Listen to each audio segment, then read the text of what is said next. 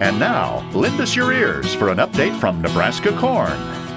On this week's program, we are going to get a summary of the 2020 Nebraska legislative session from a corn grower perspective. We're visiting with Kelly Brunkhorst. He serves as the executive director of the Nebraska Corn Growers Association. Kelly, to say it was an interesting session is probably an understatement, but that at the end of the day, a number of good things did happen, right? Yeah, it was interesting because of the whole COVID situation and them going in recess for about 100 days plus during the middle of the session. So it left kind of a quick flurry at the end to get a few things accomplished. First of all, let's talk about the big topic that was talked about all through the session, property tax relief and property tax reform. What'd you make of what the legislature was able to do on that front? Obviously, this continues to be a priority for us, trying to come up with a compromise in regards to how do we move forward with property tax reform.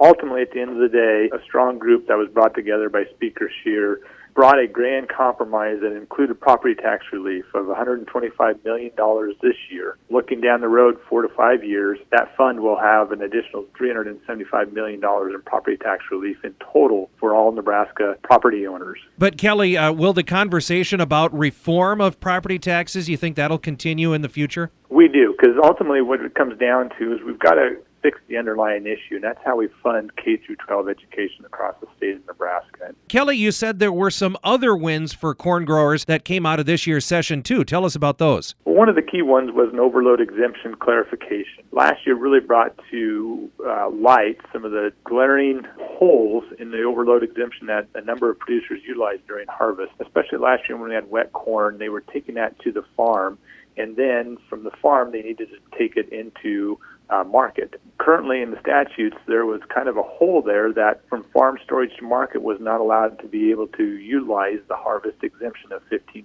for producers. And so we clarified that now that you can take from field to farm storage and from farm storage to your market and utilize that 50% harvest overload exemption given certain clarifications. So there was a good win there. Additionally, we continue to understand the need for rural broadband and broadband access across the state. And we got those passed too. So it was a great win for agriculture, a great win for corn growers across the state. Yeah, and I would imagine, these wins and a look ahead to 2021, that'll all be covered as the corn growers go through their policy development this coming winter, right? Yes, we start encouraging corn growers in our local associations to start those discussions right now. Come out of harvest, we have our annual meeting December 22nd in York. And so we'll be looking for that feedback, refinement of our policies. Kelly Brunkhorst serves as executive director of the Nebraska Corn Growers Association. Chad Moyer reporting. This message was brought to you by Nebraska Corn, enhancing demand, adding value, and ensuring